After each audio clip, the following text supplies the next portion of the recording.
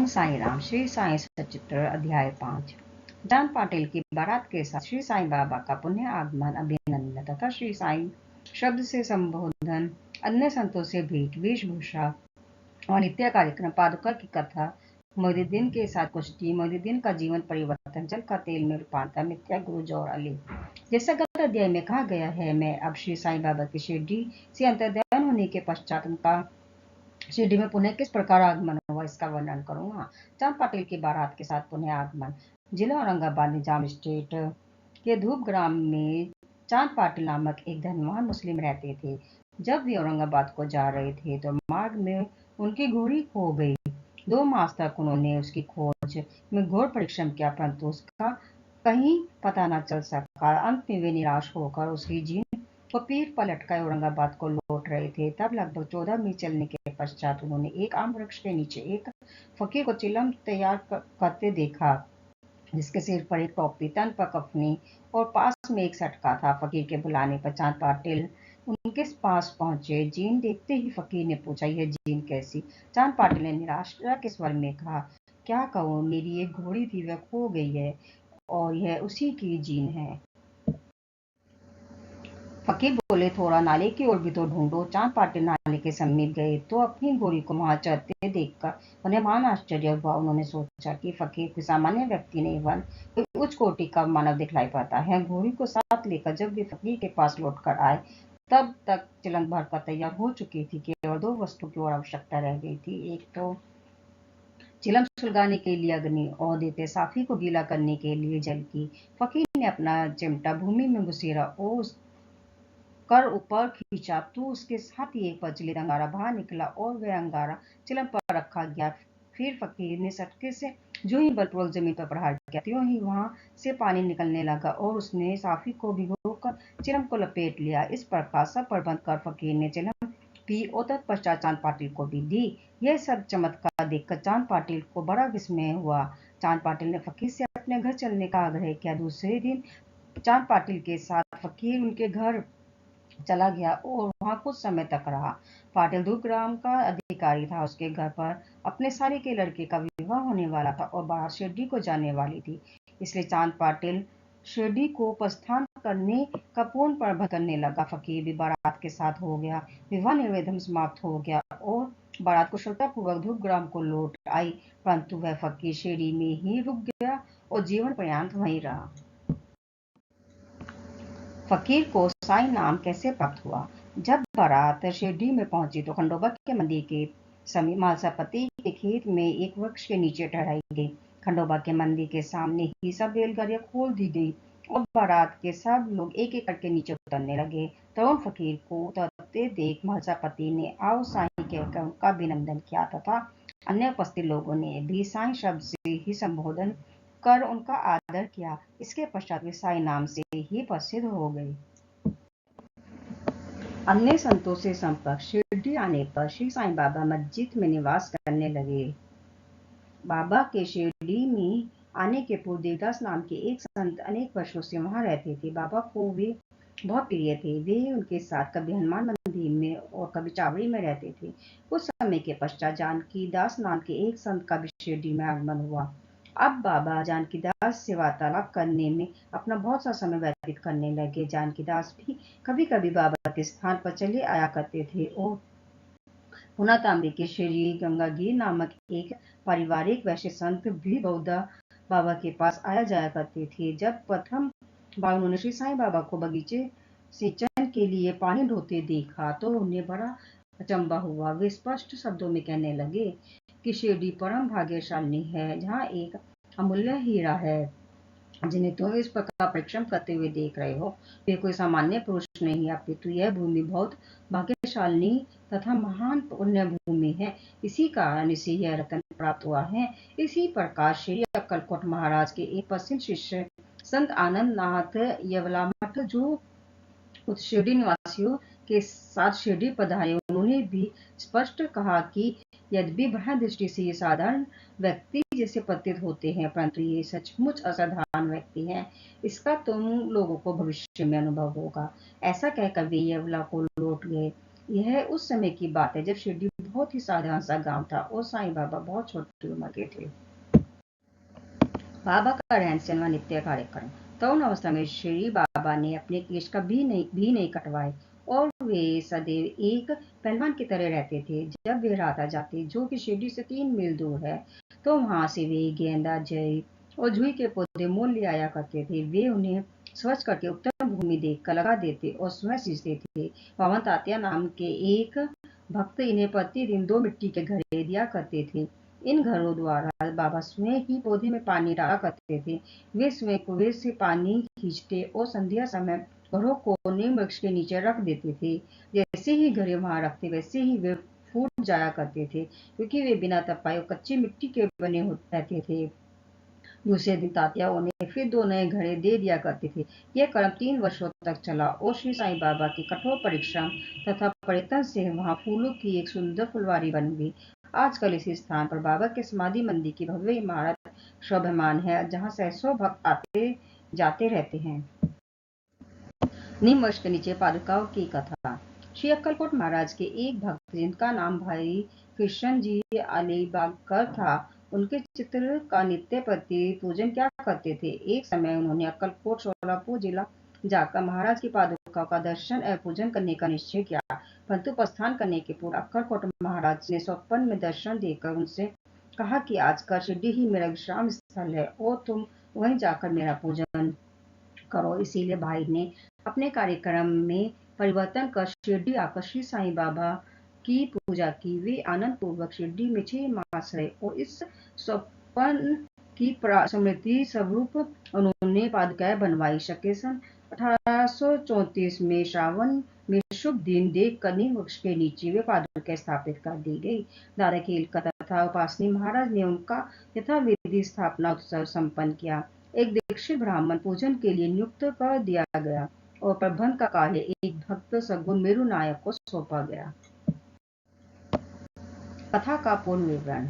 ठाणे के सेवानिवृत्त मामलतदार श्री बी देव, जो श्री साईं बाबा के एक परम भक्त थे, उन्होंने सद्गुरु मेरू नायक और गोविंद कमलाकर दीक्षित से इस विषय में पूछताछ की। पादुकाओं का पूर्ण विवरण श्री साईं लीला भाग 11 संख्या 1 पृष्ठ 25 में प्रकाशित हुआ है, जो निम्नलिखित है। शक 1834 सन 1912 में बंबई के एक भक्त डॉक्टर रामराव कोठारी बाबा के दर्शनार्थ शिरडी आए। उनका कंपाउंडर और उनके एक मित्र भाई कृष्ण जी अलीबागकर भी उनके साथ में थे। कंपाउंडर और भाई की सद्गुरु मेरू नायक तथा जी के दीक्षित से घनिष्ठ दोस्ती हो गई। अन्य विषयों पर विवाद करते समय इन लोगों का विचार आया कि श्री साईं बाबा के शिरडी में प्रथम आगमन तथा पवित्र नीम वृक्ष के नीचे निवास करने की ऐतिहासिक स्मृति के उपलक्ष्य में क्यों न पादुका स्थापित की जाए। अब पादुका के निर्माण पर विचार विमर्श होने लगा। तब भाई के मित्र कंपाउंडर ने कहा कि यदि बात मेरे स्वामी कोठारी को विदित हो तो जाए तो वे इस कार्य के निमित्त अति सुंदर पादुका बनवा देंगे। यह प्रस्ताव सबके को मान्य हुआ और डॉक्टर कोठारी को इसकी सूचना दी गई। उन्होंने शिरडी आकर पादुकाओं की रूपरेखा बनाई तथा इस विषय में उपासनी महाराज से भी खंडोबा के मंदिर में भेंट की। उपासनी महाराज ने उसमें बहुत से सुधार किए और कमल फूल आदि खींच दिए तथा नीचे लिखा श्लोक भी रचा, जो नीम वृक्ष के महात्म्य व बाबा के योग शक्ति का द्योतक था, जो इस प्रकार है। सदा नीम वृक्षस्य मूलाधिवासात् सुधा स्रवन्त तितुमय प्रिय तम तरुकल्पवृक्षाधिक साधनयत नमामीश्वर सद्गुरु साईनाथम। अर्थात मैं भगवान साईनाथ को नमन करता हूँ, जिनका सानिध्य पाकर नीम वृक्ष कटु तथा अप्रिय होते हुए भी अमृत वर्षा करता था। इस वृक्ष का रस अमृत कहलाता है। इसमें अनेक व्याधियों से मुक्ति देने के गुण होने के कारण इसे कल्प वृक्ष से भी श्रेष्ठ कहा गया है। उपासनी महाराज का विचार सर्वमान्य हुआ और कार्य रूप में भी परिणत हुआ। पादुकाएं बंबई में तैयार कराई गई और कंपाउंडर के हाथ शिरडी भेज दी गई। बाबा की आज्ञा अनुसार उनकी स्थापना श्रवण की पूर्णिमा के दिन की गई। इस दिन प्रातःकाल 11 बजे जी के दीक्षित उन्हें अपने मस्तक पर धारण करके खंडोबा के मंदिर से बड़े समारोह और धूमधाम के साथ द्वारका माई ले आए। बाबा ने पादुकाएं स्पर्श कर कहा, कि ये भगवान के श्री चरण हैं, इनकी नीम वृक्ष के नीचे स्थापना कर दो। इसके एक दिन पूर्व ही बम्बई के एक पारसी भक्त पास्ता सेठ ने 25 रुपए का मनी ऑर्डर भेजा। बाबा ने ये रुपए पादुका की स्थापना के निमित्त दे दिए। स्थापना में कुल 100 रुपए व्यय हुए, जिनमें 75 रुपए चंदे द्वारा एकत्रित हुए। प्रथम 5 वर्षों तक डॉक्टर कठारे दीपक के निमित्त 2 रुपए मासिक भेजते रहे। उन्होंने पादुका के चारों ओर लगाने के लिए लोहे की छड़ें भी भेजी। स्टेशन से छड़ें ढोने और छप्पर बनाने का खर्च 7 रुपए 8 आने सगुन मेरू नायक ने दिए। आजकल जारबारी नाना पुजारी पूजन करते हैं और सगुन मेरू नायक नैवेद्य अर्पण करते तथा संध्या को दीपक जलाते हैं। भाई कृष्ण जो पहले अक्कलकोट महाराज के शिष्य थे, अक्कलकोट जाते हुए वे शक 1834 में पादुका स्थापन के शुभ अवसर पर शिरडी आए और दर्शन करने के पश्चात जब उन्होंने बाबा से अक्कलकोट में प्रस्थान करने की आज्ञा मांगी, तब बाबा कहने लगे, अरे अक्कलकोट में क्या है, तुम वहां व्यर्थ क्यों जाते हो, वहां के महाराज तो यही मैं स्वयं है। यह सुनकर भाई ने अक्कलकोट जाने का विचार त्याग दिया। पादुका स्थापित होने के पश्चात वे बहुधा शिरडी आया करते थे। श्री बीवी देव ने अंत में ऐसा लिखा है कि इन सब बातों का विवरण हेमंत पांडे को विदित नहीं था, अन्यथा वे श्री साईं चरित्र में लिखना कभी नहीं भूलते। मोइनुद्दीन तंबोली के साथ कुश्ती और जीवन परिवर्तन। शिरडी में एक पहलवान था जिसका नाम मोइनुद्दीन तंबोली था। बाबा का उससे किसी विषय पर मतभेद हो गया, फलस्वरूप दोनों में कुश्ती हुई और बाबा हार गए। इसके पश्चात बाबा ने अपनी पोशाक और रहन सहन में परिवर्तन कर दिया। वे कफनी पहनते, लंगोट बांधते और एक कपड़े के टुकड़े से सिर ढकते थे। वे आसन तथा शयन के लिए टाट का टुकड़ा काम में लाते थे। इस प्रकार फटे पुराने चित्र पहनकर वे बहुत संतुष्ट प्रतीत होते थे। वे सदैव ही कहा करते थे कि गरीबी अव्वल पातशाही, अमीरी से लाख सवाई। गरीबों का अल्लाह भाई गंगागीर को भी कुश्ती से बड़ा अनुराग था। एक समय जब वह कुश्ती लड़ रहा था, तब इसी प्रकार उसको भी त्याग की भावना जागृत हो गई।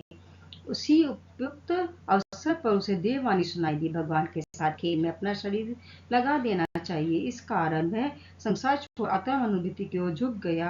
पुन्ना के समीप एक मठ स्थापित कर वह अपने शिष्यों सहित वहां रहने लगा। श्री साईं बाबा लोगों से न मिलते और न वार्तालाप भी करते थे। जब कोई उनसे कुछ प्रश्न करता तो वे केवल उतना ही उत्तर देते थे। दिन के समय वे नीम वृक्ष के नीचे विराजमान रहते थे। कभी कभी वे गांव की मेड़ पर नाले के किनारे एक बबूल वृक्ष की छाया में भी बैठे रहते थे और संध्या को अपनी इच्छा अनुसार कहीं भी वायु सेवन को निकल जाया करते थे। नीमगांव में वे बहुधा बाला साहब टेंगली के घर पर जाया करते थे। बाबा श्री बाला साहब को बहुत प्यार करते थे। उनके छोटे भाई, जिसका नाम नाना साहब था, के द्वितीय विवाह करने पर भी उनको कोई संतान न थी। बाला साहब ने नाना साहब को श्री साईं बाबा के दर्शनार्थ शिरडी भेजा। कुछ समय पश्चात उनकी कृपा से नाना साहब के यहाँ एक पुत्र रतन हुआ। इसी समय से बाबा के दर्शनार्थ लोगों का अधिक संख्या में आना आरंभ हो गया तथा उनकी कीर्ति भी दूर दूर तक फैलने लगी। अहमदनगर में भी उनकी अधिक प्रसिद्धि होगी। तभी से नाना साहब चंदोरकर, केशव चिदम्बर तथा कई अन्य भक्तों का शिरडी में आगमन होने लगा। बाबा दिन भर अपने भक्तों से घिरे रहते और रात्रि में जीवन से मस्जिद में शयन करते थे। इस समय बाबा के पास कुल सामग्री चिलम, तंबाकू, एक टमरेल, एक लंबी कफनी, सिर के चारों ओर लपेटने का कपड़ा और एक सटका था जिसे वे सदा अपने पास रखते थे। सिर पर सफेद कपड़े का एक टुकड़ा वे सदा इस प्रकार बांधते थे कि उसका एक छोर बाएं कान पर से पीठ पर गिरता हुआ ऐसा प्रतीत होता था मानो बालों का जोड़ा हो। हफ्तों तक वे इसे स्वस्थ नहीं करते थे। पैर में कोई जूता या चप्पल भी नहीं पहनते थे। केवल एक टाट का टुकड़ा ही अधिकांश दिन में उनके आसन का काम देता था। वे कौपीन धारण करते और सर्दी से बचने के लिए दक्षिण मुख हो धुनी से तपते थे। वे धुनी में लकड़ी के टुकड़े डाला करते थे तथा अपना अहंकार, समस्त इच्छाएं और समस्त विचारों को उसमें आहुति दिया करते थे।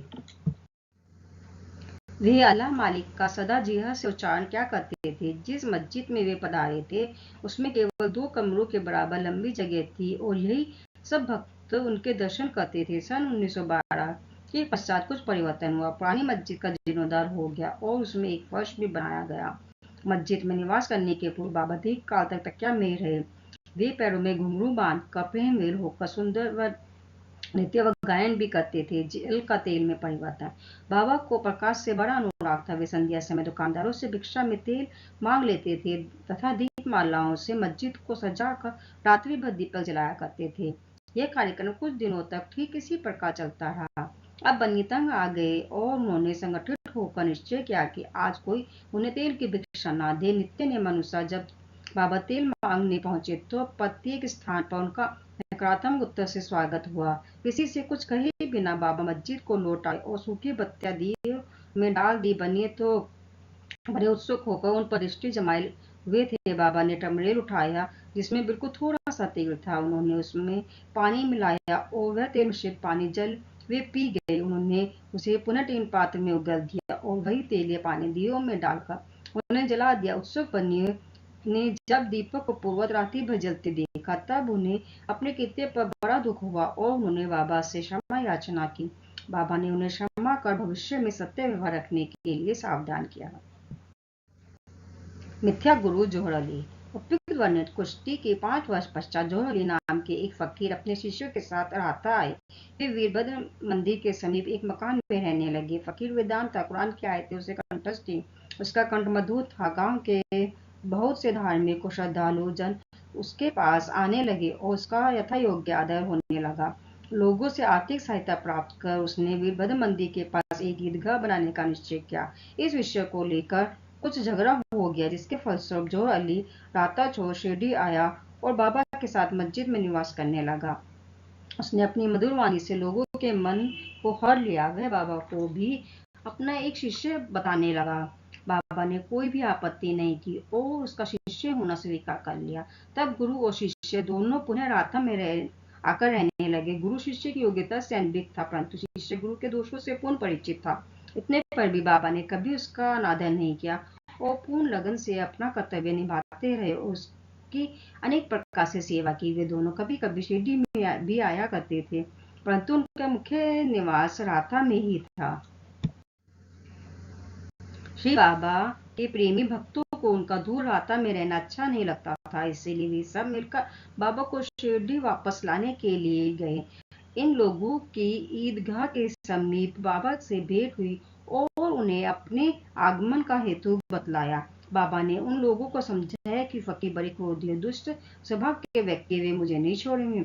अच्छा हो कि फकीर के आने के पूर्व ही आप लोग शिरडी लौट जाएं। इस प्रकार वार्तालाप हो ही रहा था कि इतने में फकीर आ पहुंचे।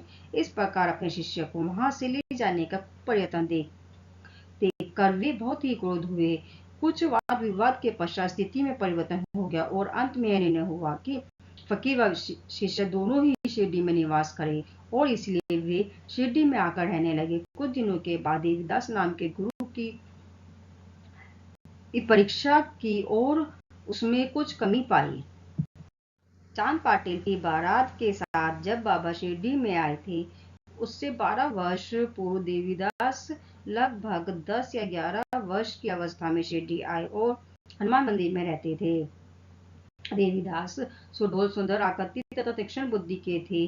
वे त्याग की साक्षात्कार मूर्ति तथा अगाध ज्ञानी थे। बहुत से सज्जन जैसे तात्या पोते, काशीनाथ और अन्य लोग उन्हें अपने गुरु के समान मानते थे। लोग जोहर अली को उनके सम्मुख लाए। विवाद में जोहर अली बुरी तरह पराजित हुआ और शिरडी छोड़ बीजापुर को भाग गया। वे अनेक वर्षों के पश्चात शिरडी आया और श्री साईं बाबा की चरण वंदना की।